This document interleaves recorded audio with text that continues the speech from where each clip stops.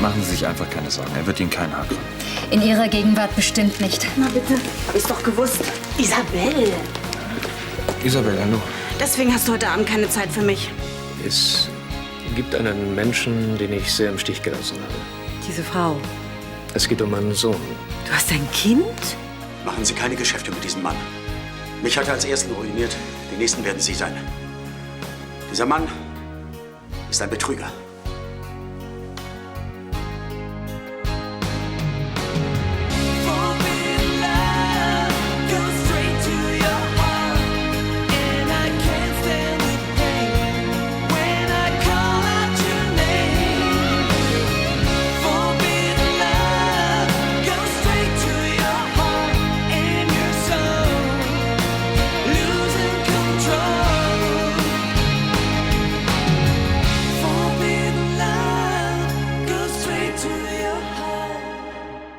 Es gibt im Augenblick leider noch keine Beweise für meine Behauptung. Aber Sie alle kennen mich und ich bitte Sie inständig, mir zu glauben, ehe es für Sie zu spät ist. Arno, es reicht. Raus. Dieser Mensch ist verantwortlich für den Einsturz der Messerhallen. Sie werden es bitter bereuen, wenn Sie sich mit ihm einlassen. Das lassen Sie meine Sorge sein. Ich möchte Sie warnen. Sie alle. Das weiß ich zu schätzen. Aber Sie sind nicht in der Position, um uns Ratschläge zu geben. Herr Spitz, ich bitte Sie. Seien Sie ehrlich. Das ist Ihnen doch auch klar. Dieser Herr möchte gehen. Würden Sie ihn bitte hinaus begleiten? Würden Sie bitte? Hat mich gefreut, für Sie zu arbeiten. Suchen Sie sich jemand anderen. Aber Herr Brandner. Würden Sie bitte? Lassen Sie meinen Arm los. Und du? Freu dich, solange du noch kannst. Du bist erledigt. Du weißt es nur noch nicht.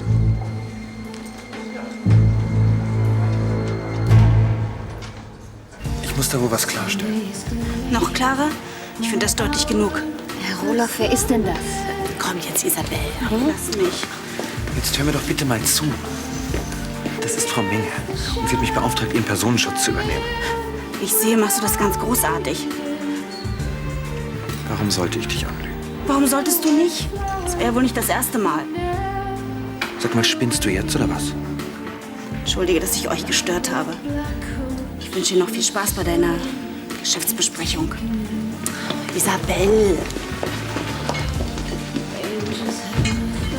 Du lieber Himmel. Entschuldigen Sie. Das ist eine Bekannte von mir. Man hat den Eindruck, Sie brauchen Personenschutz. Viel dringender als ich.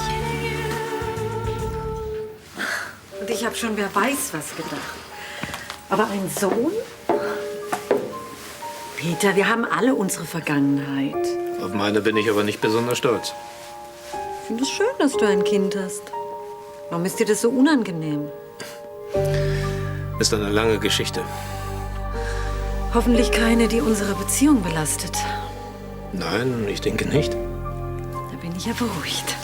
Ich leider nicht. Jetzt erzähl mir nicht, dass dein Sohn furchtbar attraktiv ist und du Angst hast, dass ich mich in ihn verliebe. Ehrlich gesagt, ich weiß ja nicht mal, wie er aussieht. Was, du kennst dein eigenes Kind nicht? Aber ich habe dir doch gesagt, ich habe ihn noch nie gesehen. Ich besitze ja nicht mal ein Foto von ihm. Ach, das klingt ja nicht so schön. Wie ist es denn dazu gekommen, dass ihr überhaupt keinen Kontakt mehr habt? Ich habe damals eine Riesendummheit gemacht. Ich habe seine Mutter sitzen lassen, als ich schwanger war.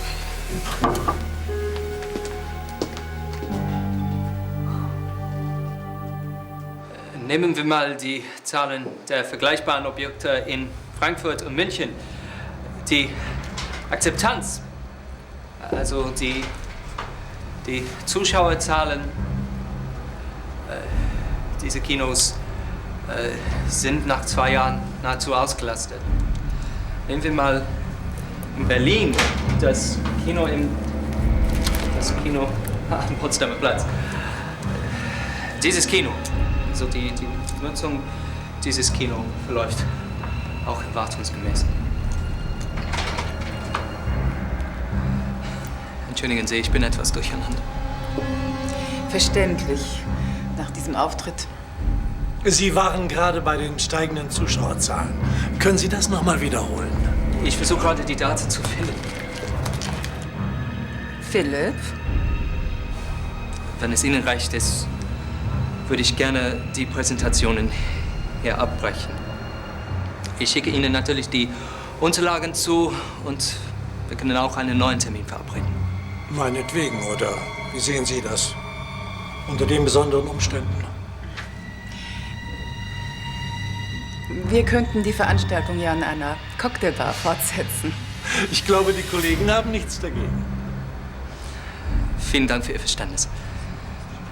Es tut mir wirklich leid. Herr Brandner steht Ihnen selbstverständlich für Nachfragen zur Verfügung. Ich komme nach, sobald sich hier alles zusammengeräumt ist. Oh, machen Sie sich nur keinen Stress. Wir haben ja Ihre reizende Partnerin an unserer Seite. Sehr charmant.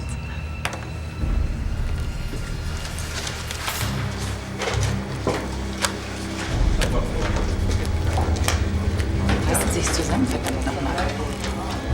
Arno ist mein Cousin. Das hat Sie bislang auch nicht gestört. Es reicht, wenn einer durchdreht. Ich warne Sie. Machen Sie jetzt keinen Fehler.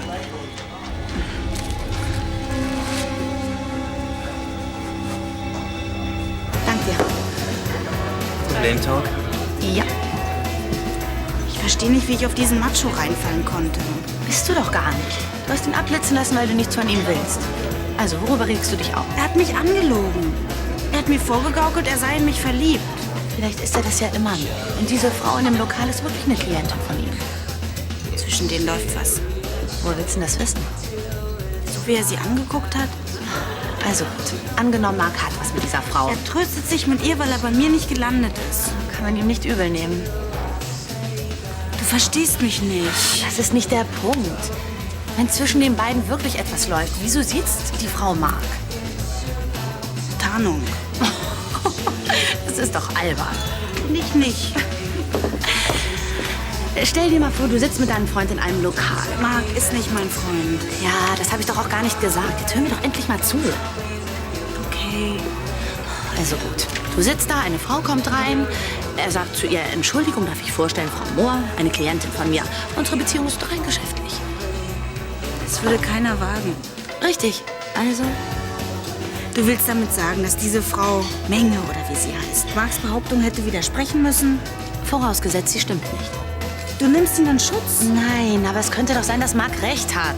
Aber er blufft doch nur. Oh ja, mag sein. Ich frage mich nur langsam, warum du dich so aufregst, wenn dieser Typ dir angeblich völlig egal ist. Du willst mich nicht verstehen. Was ist mit dir? Ich fürchte, das weiß sie selber nicht. Ich habe Ingrid sehr geliebt, aber ich war ja mit Clarissa verheiratet. Du hättest dich doch scheiden lassen können. Ja, das stimmt, aber das wäre nicht so einfach gewesen. Wieso? Weil sie mich in der Hand hatte. Inwiefern? Oder möchtest du darüber nicht sprechen? Doch.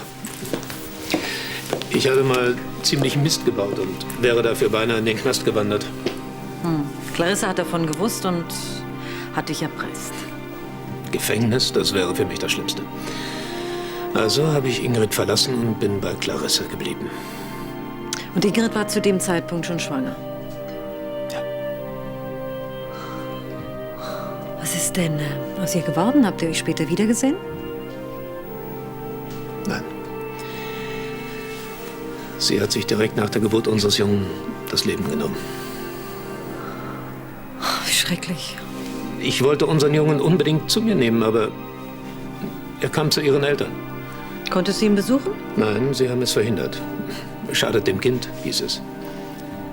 Ich hätte damals mit Ingrid und dem Jungen direkt nach Südamerika auswandern sollen. Stattdessen hast du es allein getan. Ja. Das schien mir nach allem die einzige Lösung. Peter, wir werden deinen Sohn finden. Wer weiß, was aus ihm geworden ist nach all der Zeit. Das kriegen wir raus. Ich helfe dir dabei. Ich komme dann für die Kasse noch mal runter. Kannst du schon mal abschließen? Okay. Hallo Daniel. Hey, das ist ja ein Zufall. Was ist los? Hatten Sie Ärger? Ärger, ja, so kann man es nennen. Machst mir einen Kaffee, so stark wie möglich. Haben Sie heute Abend noch was vor? Einen Mord. Philipp? Treffer. Ach komm, was Erfreuliches. Wie geht's Gabriella? Alles gut. Siehst du, das freut mich. Ja, sie ist nur etwas traurig, dass Millie jetzt in München ist. Ach, Millie hat sich nur kurz bei mir verabschiedet. Schade. Wir hatten nicht viel Zeit miteinander. Ja, ging auch alles ziemlich hoppla. Ich wünsche von ganzem Herzen, dass sie glücklich wird mit Nick. Das tun wir alle. Übrigens, Gabriella würde sie auch gern mal wiedersehen. Oh, soll das eine Selbsteinladung sein? Ja, so ungefähr. Ihre Spaghetti Bolognese sind einfach unübertroffen. Ich habe gar keinen Platz für so viele Leute. Das glaube ich nicht. Oh, da bleibt ja der Löffel drin stehen. Ja, Sie wollten doch so einen Muntermacher, hm? Du. Ich bin Arno. Du bist Daniel, ich bin Arno. Tja, du bist für Gabriella sowas wie ein Ersatzvater. Du fehlst dir total. Wir brauchen keinen Luxus, wenn wir dich besuchen. Es geht uns um dich.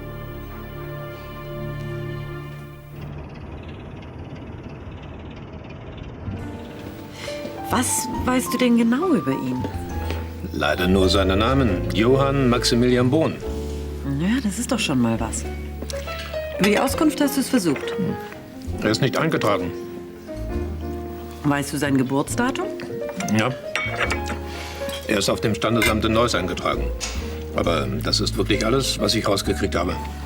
Vielleicht lebt er ja gar nicht mehr in Deutschland. Doch, doch. Mein Gefühl sagt mir, dass er hier geblieben ist. Und die Großeltern? Oh, die leben beide inzwischen nicht mehr. Was wollen Sie? Der Abend ist doch gut gelaufen. Sie haben Glück gehabt, dass Spitze ein Trottel ist. Offenbar hat er nichts bemerkt.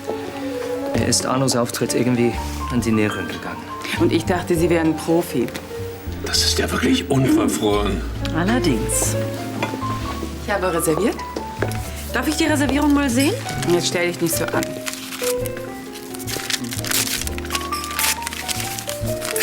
Ich glaube, es liegt keine Reservierung vor. Ist ja wirklich die Höhe. Frau Schneider legt Wert auf Ticketgäste. Du und dein Begleiter gehören nicht dazu. Spielen wir uns jetzt als Chef auf? Manche Leute möchten einfach kein Geld verdienen. Peter spricht nur das aus, was alle denken. Dieser Laden hat sowieso schon viel zu sehr von unserer Großzügigkeit profitiert. Gehen wir. Große Töne, wie immer. Ich finde, das haben wir gut gemacht. Henning, schön dich zu sehen. Hallo. Hast du Lust auszureiten? Lust schon. Aber keine Zeit. Ich fahre gleich zu Avatex. Bevor ich nächste Woche nach Kanada fliege, habe ich noch etwa 1 Kubikmeter Akten zu wälzen. Schade. Ruf doch Marc an, der begleitet dich bestimmt gern. Das Thema hat sich erledigt. Sah aber gestern noch ganz anders aus. Dinge ändern sich. Ist er aufdringlich geworden? Nein. Marc ist einfach total unzuverlässig. Marc? Unzuverlässig? Sprechen wir von derselben Person? Ich fürchte schon. Hat er dich versetzt? Er hat unsere Verabredung wegen einer anderen Frau abgesagt. Ich finde das nicht lustig. Aber ich. Und weißt du auch warum? Nein. Lass mich raten. Sie war schlank, gut aussehend, charmant, brünett. Ja. Und sie hieß Tatjana Menge. Woher weißt du das? Eine Geschäftspartnerin von mir. Sie hat sich vor kurzem von ihrem eifersüchtigen Ehemann getrennt, der sie jetzt verfolgt. Und ich habe ihr empfohlen, Marc anzuheuern. Und? Wie geht's dir heute? Ich habe endlich einmal durchgeschlafen. Oh, schön. Ist dir gestern Abend noch ein Schlachtplan eingefallen? Nein, ich wühle weiter wie bisher. Heißt es, dass Philipp den Auftrag doch nicht bekommt? Das weiß ich nicht, aber ich glaube, er bekommt langsam die Panik. Er war richtig nervös gestern. Philipp und nervös, das sieht ihm nicht ähnlich. Das hat mich auch gewundert. Offenbar lässt er die Sache nicht kalt. Er merkt, dass ich ihm schaden kann. Dein momentaner Arbeitgeber, wie heißt er doch gleich? Warum hat der eigentlich nicht auf dich gehört? Ach, der kann sich's doch leisten, abzuwarten. Das stimmt natürlich. Jedenfalls fühle ich mich besser als alle Tage vorher. Das ist schön. Sag mal, hast du heute noch was vor? Ich habe unseren Daniel gestern getroffen und überlege mir jetzt, ob ich ihn und Gabriella nicht zum Essen einlade. Und dich gleich dazu. Was hältst du davon? Wohin? In die Trattoria Arno. Ach, hierher? Ja, gefällt's dir nicht? Doch, ich wundere mich nur, weil du hast hierher noch nie jemanden eingeladen. Ja, dann wird's aber langsam Zeit. Ich habe Sie nicht nach Ihrer Meinung gefragt. Wenn Sie die Entwürfe bis übermorgen nicht fertig haben, entziehe ich Ihnen den Auftrag. Verstanden? Idiot. Entschuldigung, ich bin nicht vorher weggekommen, wie das immer so ist. Bei mir ist das komischerweise nie so. Es tut mir leid. Bitte. Haben Sie etwas über Kaufmann rausgefunden? Ich habe das Passwort von seinem Rechner geknackt. Ja, und? Weiter? Ja, da war nichts. Ich habe den Eindruck, er benutzt das Ding nur für Computerspiele.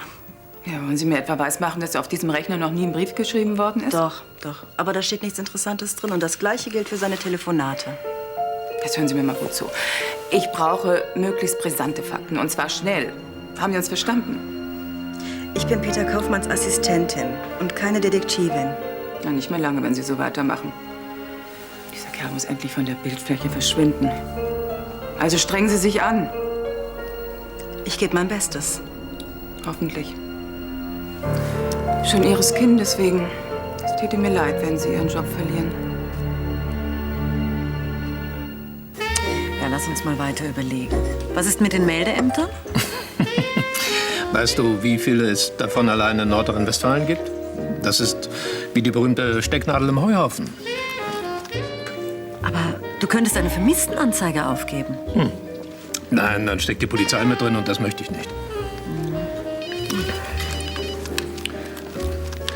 Kaufmann? Pyritz hier. Wir müssen uns unbedingt noch mal wegen der Printkampagne zusammensetzen. Wir könnten uns in einer halben Stunde in der Agentur treffen. Agentur, also ich muss sowieso noch Filme ins Labor bringen. Danach könnte ich bei Ihnen vorbeikommen. Wann? In 20 Minuten. Gut. Ich warte dann auf Sie. Die Agentur? Ja. Solange ich mich mit Layout-Problemen rumschlagen muss, habe ich sowieso keinen Kopf für andere Dinge. Peter, soll ich dir nicht doch helfen, deinen Sohn zu finden? Du hast da schon genug Probleme mit deinem eigenen Laden. Aber alleine schaffst du es nicht. Dann muss ich mir eben was anderes überlegen. Tut mir leid. Ach, ich bin inzwischen einiges gewöhnt. Hauptsache ist doch, dass Marc nichts mit dieser Frau hat. Das war so peinlich. Ich habe mich aufgeführt wie eine eifersüchtige Ehefrau. Ja, erstaunlich, wenn man bedenkt, dass ihr beide überhaupt nicht zusammen seid. Das werden wir wohl auch nie. Bist du da sicher? Absolut. Seit Sebastian habe ich die Nase voll von Männern. Just say no to men. Hey, das war ein Witz. Die Geschichte mit Sebastian war nicht lustig. Er hat hinter meinem Rücken was mit meiner Schwester angefangen. Nein, das war nicht schön. Aber kommt manchmal vor. Ich will sowas nie wieder erleben. Hey, Marc ist nicht Sebastian. Trotzdem, ich habe einfach Angst, nochmal enttäuscht zu werden. Dann geh ins Kloster. Da triffst du keine Männer. Das eine Alternative wäre. Wohl eher nicht. Jedenfalls kommst du nicht drum herum, dich bei Marc für deinen Auftritt zu entschuldigen. Ich glaube, ich lasse Ihnen mit dem Folder freie Hand. Sie machen das schon richtig. Dankeschön. Die neuen Fotos bringe ich Ihnen später vorbei. Nein, das ist nicht nötig. Ich vertraue Ihnen ganz bei der Auswahl. Mir wäre wohler, wenn Sie noch mal drüber schauen. Ja, wenn es unbedingt sein muss. Ich habe nämlich momentan ziemlich viel am Hals. Ein neues Projekt? Dann eine private Angelegenheit. Wenn ich Ihnen irgendwie helfen kann. Ich meine, falls es organisatorischer Art ist. Nein, ich glaube nicht. Ich wollte Ihnen nicht zu nahe treten. Es geht mir nur darum, Sie zu entlasten. Aber vielleicht könnten Sie mir doch helfen. Ja? Die ganze Sache ist sehr delikat. Aber vielleicht sind Sie ja wirklich die richtige Person. Also es kommt ganz drauf an. Könnten Sie einige Telefonate für mich erledigen? Ja, natürlich. Worum geht's denn? Ich suche einen Mann. Sein Name Johann Maximilian Bohn. Versuchen Sie über die Meldeämter herauszufinden, wo er ist. Kein Problem. Frau Pyritz, Ja? die ganze Sache ist absolut vertraulich. Sie können sich vollkommen auf mich verlassen.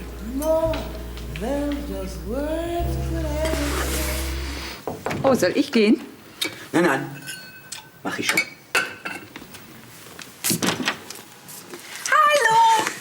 Oh, ich bin so froh. Oh, was für eine Begrüßung. Habe ich es nicht gesagt? Guck mal, die sind für dich. Ah, ich danke dir. Hallo. Schön, dass ihr gekommen seid.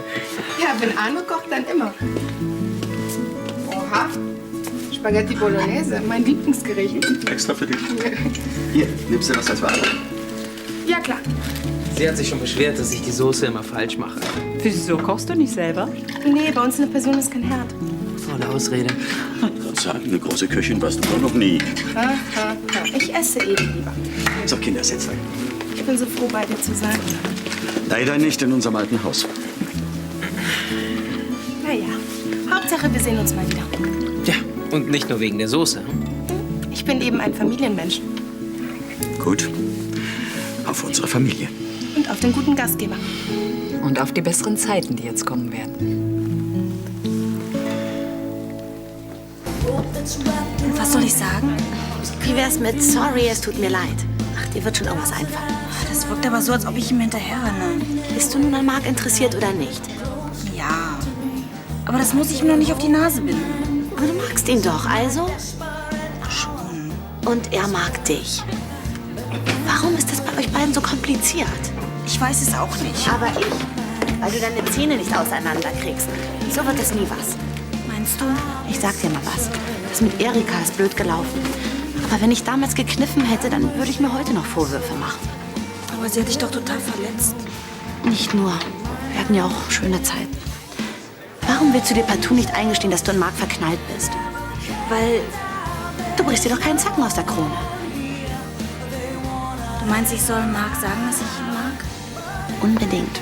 Vor allem nach deinem gestrigen Auftritt. Also gut. Du hast es so gewollt.